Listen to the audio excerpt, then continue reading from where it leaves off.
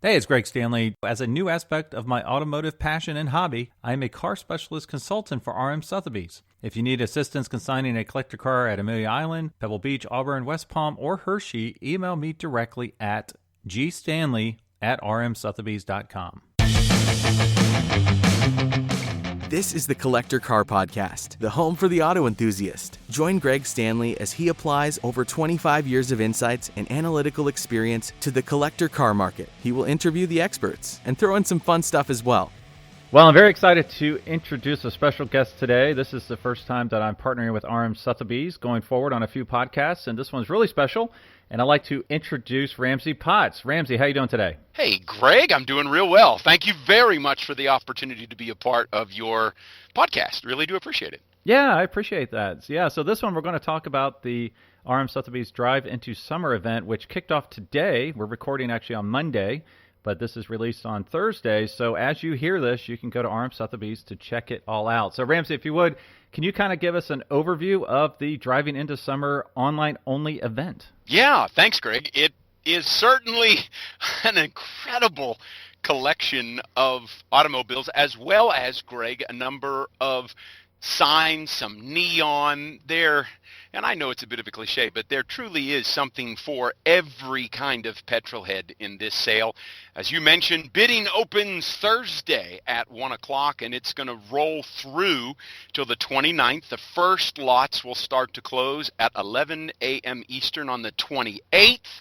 And Greg, I think it's over 150 cars with an estimated value between $24 and $30 million online only. Yeah, I was just on the website, and I think I saw 169 cars now, so it is a large amount, and there is a lot for everyone. Could you kind of call out a few cars that interest you?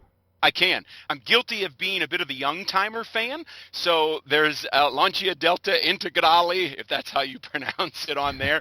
There's a BMW M3. There are some really neat vehicles from the 80s and 90s.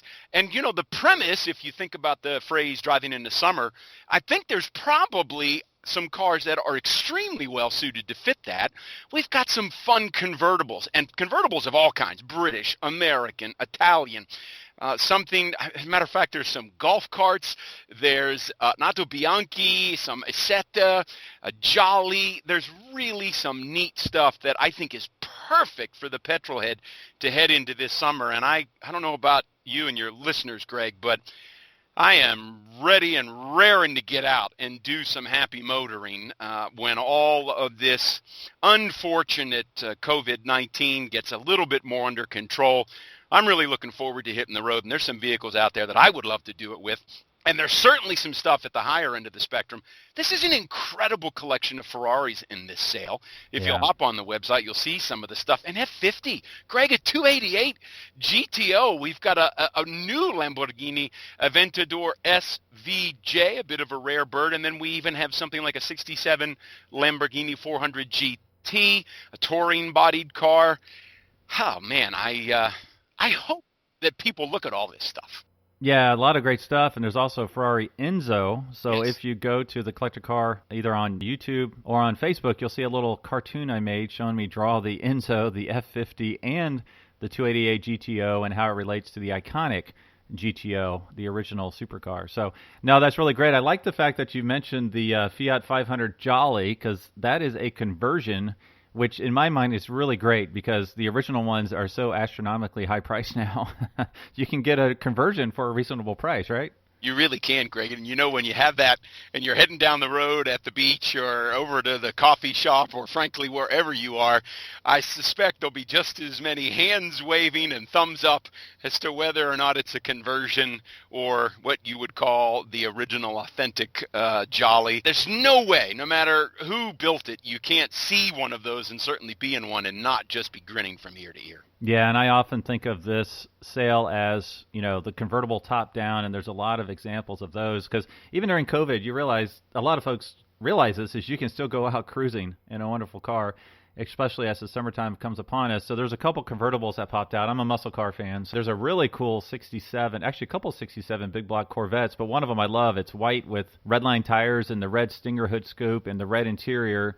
And then if you don't like white, there's a really cool black one that almost matches it. And then I don't think it was planned this way, but it's really cool. There's a 1965 Hypo Mustang convertible, white on white with black interior. And then there just happens to be a 50th anniversary 2015 white Mustang 5.0 with black. So you could actually buy a matching pair, 50 years apart, high-performance Mustangs, which I don't think they're related because they were consigned from different spots, but it's really cool that they're both up there. I'm looking at those right now, and you're right. That's quite a pair, Greg, isn't it? That's the beginning of the legacy and one of the more current editions of that legacy. That's neat. Yeah, and I also fell in love with one of the Youngtimer cars you mentioned. There's I believe it's a Skyline GTR. Are you familiar with that car? I am actually. I as one of my many responsibilities, I actually inspected that car, and I even had to take it for a test drive. I just had to, Greg, of course.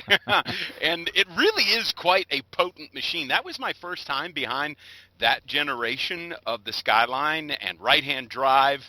The driving was actually okay. The gear shifting with your left hand is a fantastic experience. But I will tell you, my very first comment when I got out of the vehicle to the photographer who was with me at the time is just, wow, what an absolutely potent machine. Those things are truly, truly fast cars. Yeah, that's the Godzilla, right? Yep. That's a really good example. Beautiful colors inside and out, a great sound to it. I think it's going to be something really special for somebody. Those are really cool cars. I have to admit, I really fell in love. I fit, Greg. So if you're a real tall petrol head with long legs or a torso, take a look at that. It's a lot of fun.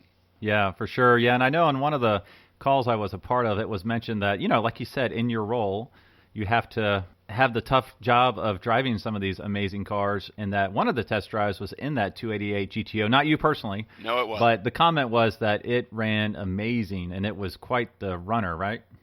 And if you think about some of the people that were involved in that test drive, one of our specialists, Donnie Gould, who's been in the business his entire life, and one of his proteges, Zach Alder, for them to be as just flabbergasted by the experience really says volumes about that car, its performance, and its on-road characteristics. I think the term iconic truly applies in this case. Right. Yeah, and there's a couple cool cars I want to call out that are truly unique. One of the trends right now is to quote-unquote safari a car, usually Porsches. But we have a Ferrari that has been safaried, right? We do. That 308 GTB, and certainly, GT4, the Ferrari Dino, that car is, what an anomaly. And you're right, that certainly is a significant trend today. It's one of the things that I like to point out, Greg, and this is a little bit of a soapbox for me if you'll give me just a moment, and that is the next generation of petrol heads. I know that some folks are concerned. Are they out there? Are they investing in automobiles, not just with their money, but with their time and their energies? And I think that whole safari scene is a really big example of not only will the future of car collecting be okay, I think it's going to be even stronger. And certainly when you look at what they're doing to, like you mentioned, the Porsches and some of the European cars, there's some safari Volvos. They're even starting to do it to some of the early models of the, when Porsche started building a sport utility and other things, they're really kitting those out. And that Ferrari Dino, what a neat thing. Just the picture we have on the website of it four-wheel drifting through the dirt is quite tempting. Yeah, so you can go driving into summer off-road in that car. And there's another really cool SUV I wanted to call out. There's a really nice 74, I believe, Bronco that's been kitted out. I mean, those are awesome to begin with, but, who doesn't like those to take off-road, right? Certainly are popular. That one has some great colors in it. It is a 74 Custom. The kids love them, but it's not just the kids, actually. They are very popular vehicles. I believe this to be quite a good example. I hope some folks that certainly talk about those. I hear a lot of people ask about them. We'll take some time to look at that one. I think it's a pretty special example. Again, online only. It's an incredible lineup, Greg. Fun stuff, cool stuff, old stuff, new stuff. It's really quite special. Yeah, and I just got two more I'll call out here. One of them is I think it's a 74 Datsun 240, which is really cool. And this one's been totally restored, orange with white interior, which is a really nice combination. That will be interesting to see because a lot of these earlier JDM cars, or this one's American spec, I believe, those have been increasing quite a bit. So I'm curious to see what that one does. And then the cover art for this podcast is a yellow new, or semi-new, I think 2017 Ford GT. So that would be neat to see that one. As more of those are coming onto market, you don't see the yellow ones that often, so that would be really cool to see how that one fares, right? Yeah, I think that's going to be, there have been a couple of them that have changed hands, so to speak, found new caretakers at auctions this year, so we do have some good bellwethers for those. That is a bit of an unusual color, but certainly a strong combination. I'm a fan of yellow in certain cars. We have a 575 Maranello that's in yellow that is a manual. I think that particular car just looks amazing in yellow. Colors really do make a difference. I talk about that with Jaguars, one of my favorite marks, and how right now the blues with the red interior are very popular. And if you take a look at some of these cars, you mentioned that Z car, that orange with white, it does so much for certain lines of certain cars. And right after that car in the auction, we have a 74 De Tomaso Pantera, and it is orange with a black interior. And again, it really does a lot for certain lines on certain cars when you have colors like that. Beautiful car, and those have been underappreciated forever, and they definitely have found their pace recently, so that's really cool. Well, curveball for you. We didn't talk about this, so we'll see how you fare here, but if you had to pick, I don't know, 3 cars from this auction to put in your garage. I get 3, Greg. You get 3. That's okay. Yeah, you're being generous. You're very generous. Well, we're going to start out with an Italian car. There are 3 countries that I have yet to own a car from, and this is great, Greg. I didn't know I was going to get to pick 3. The Lancia Delta HF Integrale, the Evo 2, that is a car from, again, my generation, a young timer that I have, quite frankly, lusted after for a while. So that would tick off the Italian box for me. And then I must admit, you mentioned that Nissan Skyline. I have never owned, I've owned Japanese cars, but I've never owned a true enthusiast Japanese automobile. And boy, without a doubt, I would be in the running for that Nissan Skyline, that 91. That really was quite a nice car. And then the other country, which I'm really anxious to own from, and that's a French car. We do have a Citroën SM. If you've ever been in one of those, Greg, you know it is truly I'll just say unique experience, or at the very least, a unique ride. So there you go, something from Italy, something from Japan, and something from Gay Paris. I would own those 3. Wow, that's amazing. I just picked the number 3 out of the air. I didn't realize you had 3 countries you were targeting, so that worked out really well. Yeah, thank you for that, Greg. Yeah, you wouldn't even have to Safari the Citroen, right? I mean, that's already got the suspension where you can just raise the car up. You can have some fun with the pneumatic suspension on that car. It's a really unique experience. They're cool cars. Right. Well, we'll learn more about Ramsey and his passion for cars here in a second. But before we do, could you just tell our listeners how they can learn more, sign up to bid? What's the timing of the event? Great question, Greg. So we're underway. Hop online at www.rmsotheby's.com, and when you go to the home page, you will see it right up there at the top, RM Online Only, driving into summer. So you'll click on View Lots or Auction Info. Just click on that page, and on the lower left-hand side of the page, you will see Register to Bid. I assure you it does take a few steps, but they are straightforward and they are easy. If you do run into any obstacles, which you shouldn't, we have a lot of folks, actually a lot of folks from all over the world that registered to bid for our Palm Beach sale that was last month, where we sold over $14 million. 70% of the cars online only, Greg. So hop online, and then the box will come up on the lower left-hand corner. Once you go and view a lot, Greg, so let's go and view that Citroën SM.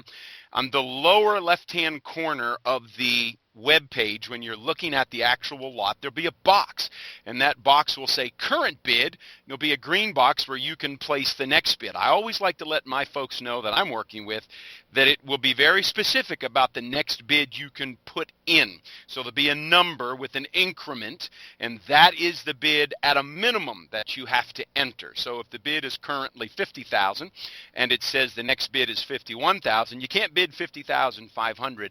You can bid more than $51,000, but the next bid will be $51,000, and you can watch. You'll see the number of bids. You'll also get an email confirmation essentially immediately letting you know that your bid has been confirmed and received. All of this opens this Thursday at 11 a.m., so we're live now, and you'll have a countdown timer that will show when it closes. Starting on the 28th at 11 a.m., we're going to have about half of the lots close on that Thursday from about 11 a.m. that morning till about 6 p.m., maybe 6:30 that evening. Lots are going to be closing every few minutes, and we do have an Anna Snipe feature, Greg. That is very important. I get asked that question a lot, frankly. Any bids that go in the last 2 minutes, 120 seconds, and the bid clock will reset for another 2 minutes. So pay attention. When you're in there, a lot of folks don't always know about this, but once you're logged into the website and you're viewing a lot, Greg, let your folks know they can go down to the bottom of the page, whatever lot they're looking at, and there'll be a link that says View Files. Click on that link. All kinds of really important information will be there. If it's a contemporary car, there's going to be a Carfax. One of the things that we're doing that truly makes the RM Sotheby's experience unique and unlike any other is that these cars are being vetted and inspected by the RM Sotheby specialist or someone on our team. They're going to go through a basic inspection report. We're going to look at body. We're going to look at interior, exterior, undercarriage, then give a general overview of the vehicle. You can bid with confidence, but take that information and dig a little deeper. Make an inquiry. You'll get a call or an email from one of us who will go through that vehicle with you, frankly, in detail, and will tell you everything we can about the car so you'll truly know what you're bidding on. And, of course, there may be some vehicles during the course of that period of time that if you absolutely have to inspect them, we can probably arrange that for you as well. There's certainly no shortage of information, but you do have to put the effort in to go get it. It's a great overview. I appreciate that. And as I look on the website, I guess I should call out there's quite a few Shelbys. If you have a Shelby fan in the family or in your circle, let them know. There's a Super Performance GT40. They have a couple CSX 4000 series, 8000 series Cobras, as well as some 60s Shelbys. I know I think it was a GT500 for 68, Yep. then one for 69 or 70, Yep. which ironically was yellow as well. So you don't see that too often. It's actually quite a Shelby collection. I think the majority of those are coming from one extremely well-respected Shelby collector. I know there are a couple others as well. Dig into those cars, look at them, inspect them, make the inquiries, because those are vehicles that you really do want to know a lot about before you put that bid in, and we are ready and willing to provide you with that information. That's awesome. That's great. Well, now let's learn about Ramsey Potts, the car specialist. You obviously are passionate about cars. If our listeners haven't picked that up at this point, I don't know when they ever will. I'm sorry, Greg. So how did your passion begin, and what kind of cars do you like? Greg, I don't suspect my story is much unlike a lot of your loyal listeners, and that is that it started with my father, who was a petrol head of, I think, the highest order. And for him, it was British cars, which meant at any one given time, we had a few cars in the driveway or the garage, and most of the time, none of them worked. But nonetheless, it was... So wait, so that is a true... Wait. All right, we got to dig into that statement a little bit more. Did they not work because of maintenance, or was it Lucas Electrical? Why did they not work? Yes, Greg, the answer to all of those. It's just a straight... Yeah, my father in his first career was an engineer, but for the majority of his professional life, he was a dentist. So he was a natural-born tinkerer, and British cars certainly lend themselves to that. It was just a matter of pace, you know. You no sooner fix the leak on the MGTF than one sprung on the XK120. And Right. it was a case of at any one given time, at least one of them worked, but I don't recall any time where all of them worked. Nonetheless, it was a passion that crosses all borders as far as cars. I love cars like you, Greg, like most of your folks. I suspect as a young boy, I wanted to drive the golf cart too, right? Isn't that one of those signs of a young petrol head and the lawnmower and so forth? So that's sort of where it started, and I've had a lot of great friends and mentors along the way that have helped me nurture it. Wow, that's really great. So what kind of cars, what's in your collection? What's in your garage right now? Greg, I have a friend. I think you've interviewed our friend Marvin Waters in your podcast in the past. Yep. And I have 3 Volvos, and I mentioned to Marvin, he said, well, you're quite the Volvo collector. I said, I am. And then I realized I have 3 Volvos, Greg. So apparently, unbeknownst to me, I'm a bit of a Volvo fan. I have a 69 122S Canadian, one of the 122s that they built in Nova Scotia, which is my classic car. It's a lot of fun. And then beautiful too. Yeah, looks really nice. It's a lot of fun. I have a 2012. I think you may want to know what my daily driver is. Well, it's a Volvo, and it's a 2012, Greg, and I'm very proud of this. I'm very proud of the car. 372,000 faultless miles on my 2012 C70.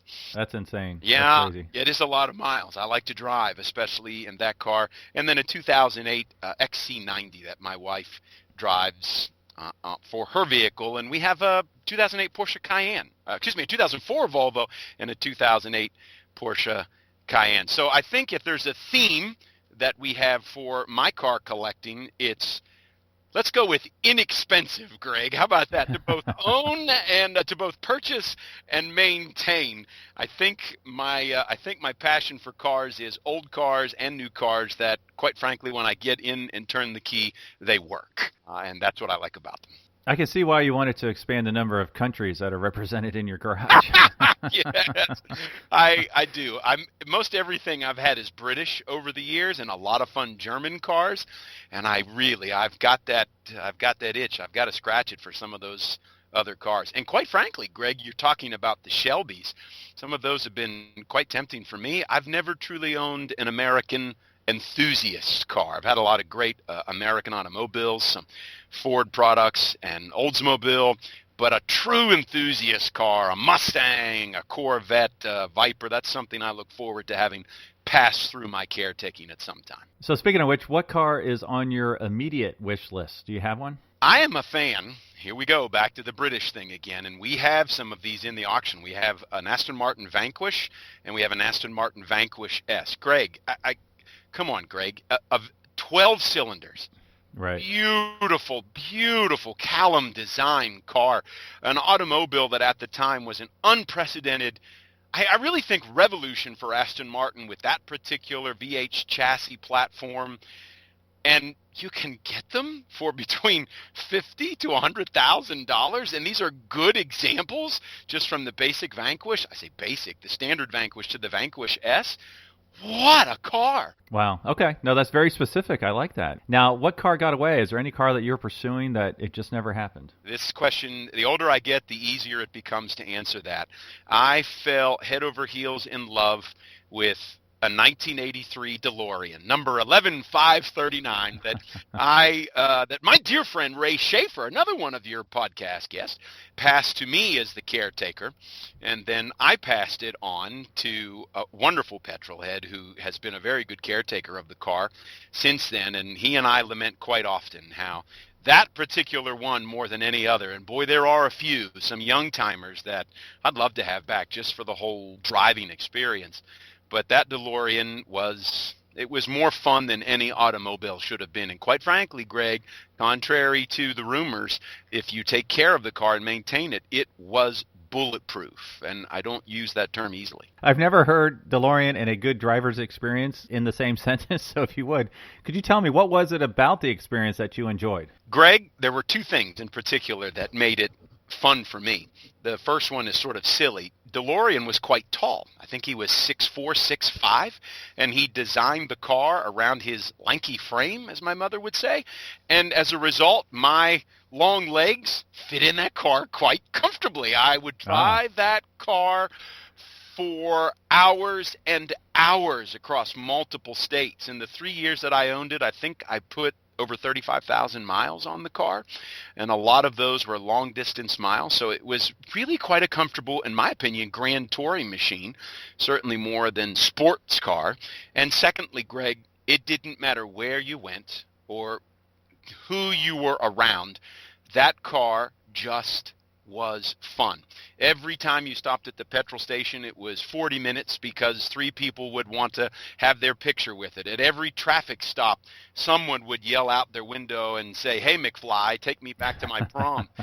It was a car that it really didn't matter what kind of car you liked or someone else liked. It was a car that everyone just thought was fun. Now, did you install an aftermarket flux capacitor? Well, I spent a little time back in 1986. But I don't tell too many people about that experience. No, it was bone stock original. That's actually not true. There were some contemporary modifications to lower the car and update a few items, headlights, safety issues. You can tell. I'm happy to have had my time with it, and my rule is I'll never own another one. So I've had some really fun cars over the years, and I'm often tempted to get another one because they're certainly available. We have them in our auctions on a pretty regular basis. Great examples. But no, I want to continue to experience other rides. What was it, a Renault in the back there? No, okay, all right. Here again, I'm out to quash those rumors. Okay, Renault was part of it. It was referred to as a PRV, a Peugeot Renault Volvo, and we'll just talk about that Volvo part of it because that's certainly. I see where this fits in your collection. I got it. Emblematic of great power plants when you certainly talk about, well, frankly, all 3 of those brands. But it was the triumvirate. Those 3 organizations got together and designed that engine, an aluminum engine, and it was, Greg, unbeknownst to many, a 6-cylinder engine that was used across all 3 of those manufacturers for many, many, many years in different platforms for them. But it was quite an underpowered car, but nonetheless certainly more than capable of meeting the needs of heading down the highway with that 6-cylinder. Okay. Well, now what would you buy for $100,000? If I just gave you $100,000, what would you buy? Well, we're going to go back to what we talked about. We're going to spend 75. Can I buy more than one? I get to spend sure. 100. $75,000 is going to put a pretty darn good Aston Martin Vanquish. I might even get a 2005 S, and then the other $25,000 I'm going to spend half of that to buy a Lotus Elite Type 83. Now that's the later edition, the odd-looking sort of shooting brake car, a 502 edition with the manual and AC, and I'm going to get that for about half of the remaining $25,000 because it's going to take the other $12,500 to essentially keep that Lotus on the road. Real quirky car, but it's a shooting brake, and I really like shooting brake style cars like that, like the Ferrari FF. And that's what's going to be in my garage. 2 British cars. Can you believe that? I am a glutton for punishment, Greg Stanley. You're living up to your dad's standards, it sounds like. He would be proud. He really would. He would be proud, right. Yeah. All right. Well, that's cool. Now, I think every auto enthusiast would say that you have a dream job being a car specialist for RM Sotheby's. What can you tell us about that? What is your typical work week like? And those petrol heads and enthusiasts would be right. I truly define this. This explanation has never changed. The job that is harder than I ever imagined and more rewarding than I ever dreamed. It is an incredible thing. Greg, in all frankness, the cars that I get to deal with are amazing. And, what adjective do you use? Awesome, amazing, incredible, over the top, all of those things, certainly unique in many situations. But without a doubt, and I mean this quite genuinely, it is the people that, for me, define the most rewarding part of this experience. Think about all of the people that you know, Greg, and your listeners know, and the people that you talk to. And frankly, everywhere you go at concours and car shows and cruises and tours and rallies, at the end of the day, when we park those amazing, unique machines, it's that fellowship and that camaraderie that we share with petrol heads, right? They come in all shapes, sizes, colors, socioeconomic status. It's that uniting passion that we have. And it's not limited to the people that own the cars. Greg, it's the people that I get to work with. I have not changed this, and nor will I. They are some of the most talented, certainly the most knowledgeable and enthusiastic petrol heads anywhere in the world. I say this sometimes, no house like our house, when referring to the RM Sotheby's auction house. And I mean that because of the people. They're bright, they're talented, they are hardworking. I think, frankly, about what's happening right now with our online-only platform. Greg, that boils down to our leadership. Mr. Ken On, our CEO, and the team of people around him in the C-suite and at every level, our client service liaisons, we pivoted. But it's that passion combined with that knowledge and that expertise that our clients can rely on that helped us make that transition, not just swiftly, but quite frankly, Greg, quite successfully. So we're really looking forward to what the future has this week and this fall, and certainly in the years to come. It's an enormous strength that we come together, the RM brand, the Sotheby's brand, the global reach. Man, I have some fabulous clients, and they're in New Zealand, in Australia, in New York City, Canada. I have an amazing fellow that he loves British cars too, in Puerto Rico, some in Venezuela. It's an amazing thing. It's really the people that are the best part of it, though. That's really, really cool. And being an outsider looking in and seeing the way that the company pivoted after COVID broke out has really been unbelievable to watch, even going forward with events such as the driving into summer, which we're experiencing right now. So it'll be really interesting to see the results over the next week or so. You mentioned the future. So what recent trends have you seen in the collector car market that you can share with our listeners? I know COVID is maybe changing things a little bit, or maybe not. Greg, I think it's one of those situations, and I think a lot of people, a lot of businesses certainly in these times would tell you, we've been meaning to pivot. We've always had the best of intentions to take advantage of the online environment. Well, it might have just been forced on us a little bit sooner maybe than we expected. And I think this is the nation and the globe. And you think about how people are interacting and doing business over conference calls and video conference calls. Frankly, how individuals are taking advantage of the opportunities offered to them right in their own neighborhood as well. It has both brought us together and expanded our reach at the same time. RM Sotheby's, quite frankly, has been able to do that same thing. They've expanded our reach by, Greg, with these online sales, an unprecedented level of activity from our global audience. And that is truly something that only the RM Sotheby's team can bring to the degree that we do. Bids will be did come in on our Palm Beach sale, essentially from just about every continent and every country in the world that has a collector car community. And that's part of that faith and trust that they have in the brand, and yet it's very local as well. I, as a specialist, have been out and inspecting and looking at cars that are here in my area that weren't even consigned by me, but maybe by one of my specialist colleagues on the West Coast who had a car that's an hour away. And we work together as a team to make sure that when those cars get into our auction, they're really, quite frankly, the best examples out there. The thing that I want to encourage every one of your listeners and all of us to do is, quite frankly, hop on the website. I've always said this about car auctions, and quite frankly, I think it applies perfectly here, that an automotive auction, a world-class automotive auction, like RM Sotheby's conducts, is the best car show on the planet Earth. And I say that because it's an incredibly eclectic collection of a little bit of everything. The theme is just great cars. But the best part is, Greg, unlike a lot of concours or car shows we go to, every single one of them could be yours. I think that's a fabulous combination. So spend some time on the website. There's just don't forget, great automobilia, some incredible neon and fun stuff to not only put on your garage floor, but to put up on your garage wall. Yeah, that's really, really great. Well, I'd like to end this conversation by playing a little game I did give you a heads up on called Keep, Cash, and Crush. So I'm going to give you three cars, but this time you have to pick one to keep forever, one to cash in, and one to crush. And since I know a little bit about your taste, I did not pick 3 Volvos. I will say that up front. You can't crush them, Greg. Oh, well, we'll see. This is going to be difficult. Okay, so your first car is a 1957 Volvo, so I did pick one. Volvo Sport P1900. Now, this is a rare car I was not familiar with.